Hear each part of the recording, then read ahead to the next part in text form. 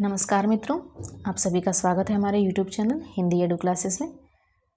आज हम आदिकाल के विषय में चर्चा करेंगे और वह आदिकाल का वर्णन जो है वह हिंदी साहित्य के इतिहास आचार्य शुक्ल द्वारा लिखित पुस्तक से ही एक संक्षिप्त रूप से वर्णन हम आदिकाल का करेंगे और आदिकाल के विषय में हम चर्चा करेंगे। तो चलिए शुरू करते हैं हम आज की अपनी क्लास, जिसका टॉपिक है आदिकाल। यहाँ देखते हैं आदिकाल शुक्लकृत हिंदी साहित्य का इतिहास से संक्षिप्ततः वर्णन। यहाँ आचार्य शुक्ल कहते हैं कि आदिकाल में भाषा के आधार पर मुख्यतः दो प्रकार की रचनाएं मिलती हैं। अब दो प्रकार की रचनाएं मिलती हैं भाषा के आधार पर, तो वे कौन कौन सी हैं? तो पहला है अपभ्रंश भाषा के आधार पर, दूसरा है देश भाषा के आधार पर। अर्थात आचार्य रामचंद्र शुक्ल ने आदिकाल की रचनाओं को दो भागों में विभाजित किया है और वह विभाजन किस आधार पर किया? तो भाषा के आधार पर किया है। और यहाँ देखते हैं इसी आधार पर शुक्ल जी ने आदिकाल का विभाजन किया है, अर्थात भाषा के आधार पर किया, अपभ्रंश भाषा और देश भाषा के आधार पर। केवल उन्होंने 12 ग्रंथों को ही साहित्यिक माना है। इन्होंने 12 ग्रंथों को साहित्यिक माना है। अब ये 12 ग्रंथ कौन कौन हैं? तो जो 12 ग्रंथ हैं वह अपभ्रंश के 4 हैं और देश भाषा के 8 ग्रंथ हैं। यहाँ अपभ्रंश के 4 ग्रंथ हैं और देश भाषा के 8 ग्रंथ हैं। अब यहाँ हम देखते हैं अपभ्रंश काव्य कौन कौन से हैं। तो अपभ्रंश काव्य में पहला है विजयपाल रासो, जिसका समय है 11वीं शती और इसके रचनाकार कौन है? तो इसके रचनाकार हैं नल सिंह भाट। दूसरा है हमीर रासो। हमीर रासो का समय क्या है? तो हमीर रासो का समय है 14वीं शती। इसके रचनाकार कौन है? तो इसके रचनाकार हैं सारंगधर। अगला है कीर्तिलता। कीर्तिलता का समय क्या है? 14वीं शती का अंत या उत्तरार्ध और 15वीं शती का प्रारंभ या पूर्वार्ध। इसके रचयिता कौन है? तो इसके रचयिता है विद्यापति। वहीं कीर्तिलता का भी वही समय है 14वीं शती या 15वीं शती, जिसके रचनाकार हैं विद्यापति। यह दोनों जो है वह अपभ्रंश या अवहट्ट भाषा में रचित पुस्तक कही जाती है। इन दोनों में विद्यापति ने अपने आश्रयदाताओं का वर्णन किया है। अगला हम देखते हैं देश भाषा काव्य। देश भाषा अर्थात जहाँ के कवि निवासी थे वहीं की भाषाओं में ग्रंथों का वर्णन किया है। पहला है खुमान रासो, जिसके रचनाकार हैं दलपति विजय। दूसरा है बीसलदेव रासो। बीसलदेव रासो के रचनाकार कौन है? नरपति नाल है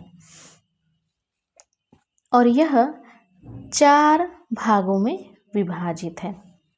अगला देखते हैं पृथ्वीराज रासो। पृथ्वीराज रासो किसकी रचना है? चंद्रबरदाई की है और जो पृथ्वीराज हैं उनके राजकवि के रूप में चंद्रबरदाई नियुक्त थे और उनको वहाँ का राजकवि या सामंत भी कहा जाता था।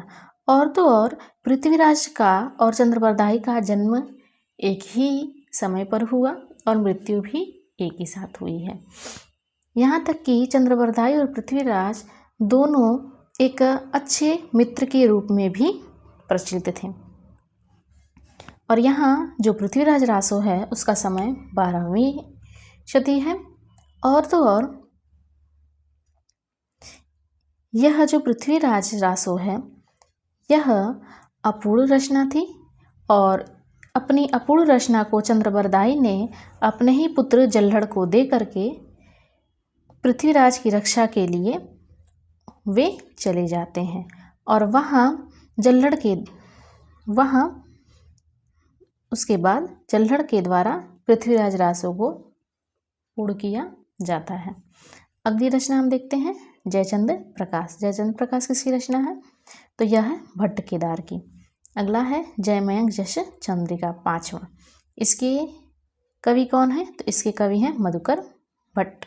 मधुकर कवि, माफ करिएगा, जयचंद्र प्रकाश है भट्ट केदार की रचना और जयमयंक जश चंद्रिका है मधुकर कवि की रचना। परमाल रासो किसकी है? परमाल रासो जगनेक की है। खुसरो की पहेलियाँ किसकी है? तो खुसरो की पहेलियाँ अमीर खुसरो की है। खड़ी बोली के प्रथम कवि के रूप में अमीर खुसरो को कहा जाता है।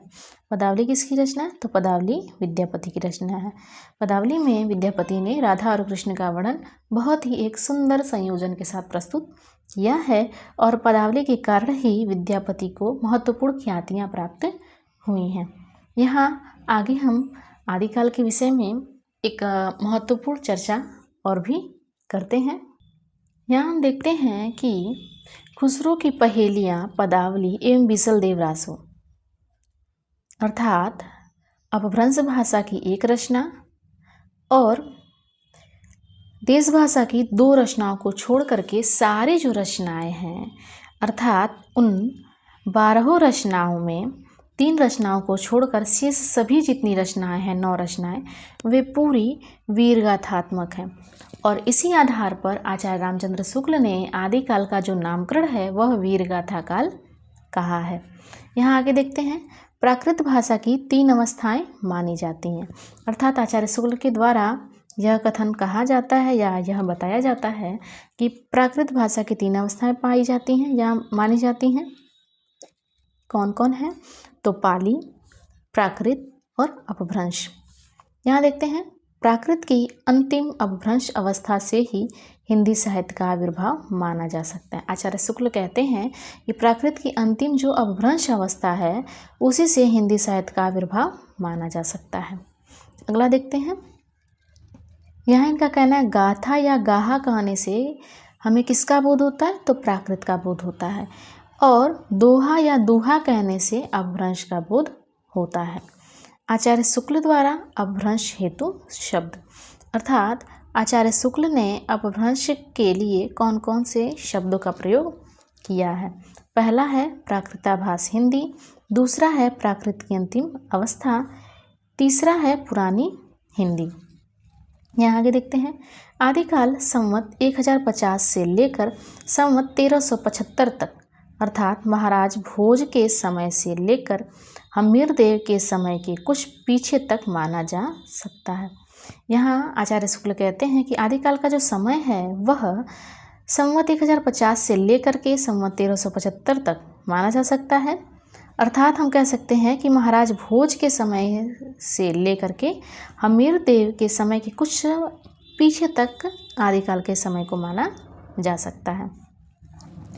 आगे क्या कहा जा रहा है कि आचार्य शुक्ल ने आदिकाल को 4 प्रकरणों के अंतर्गत विवेचित किया है अर्थात आचार्य शुक्ल ने आदिकाल को 4 प्रकरणों के अंतर्गत रखा है और वे 4 प्रकरण कौन कौन से हैं? तो वे 4 प्रकरण हैं। पहले प्रकरण में उन्होंने आदिकाल का सामान्य परिचय दिया है कि आदिकाल का समय कौन सा था, आदिकाल में महत्वपूर्ण कौन से कवि थे, उसके विषय में चर्चा किए हैं। उसके बाद प्रकरण 2 में किसका चर्चा है? तो प्रकरण 2 में अपभ्रंश काव्य अर्थात अपभ्रंश काव्य कौन कौन से? तो अपभ्रंश काव्य वही 4 प्रमुख काव्य हैं जिनको आचार्य शुक्ल ने अपभ्रंश भाषा के अंतर्गत रखा है। अगला है देश भाषा काव्य। देश भाषा काव्य में कौन कौन से हैं? तो देश भाषा में वही बीसल देव रासो, पृथ्वीराज रासो, विद्यापति, जयमंग जयचंद्रिका, जयचंद्र प्रकाश, परमाल रासो, इन सभी को इन्होंने रखा है। अगला देखते हैं हम। अगला है प्रकरण 4 जिसमें इन्होंने फुटकल रचनाएं रखी हैं। फुटकल रचनाएं कौन कौन सी? जैसे खुसरो की पहेलियाँ हैं और भी कई सारी रचनाएं हैं जिसको हम अगले एक एक प्रकरण के रूप में हम चर्चा आगे के क्लास में करेंगे। तो मित्रों आज की यह क्लास हमारी यहीं समाप्त होती है। मिलते हैं अगले वीडियो में। अगर आपको यह वीडियो पसंद आई हो तो शेयर करिएगा। जिन्होंने भी सब्सक्राइब नहीं किया उनसे विनम्र निवेदन है कि वह सब्सक्राइब करें और लाइक करें।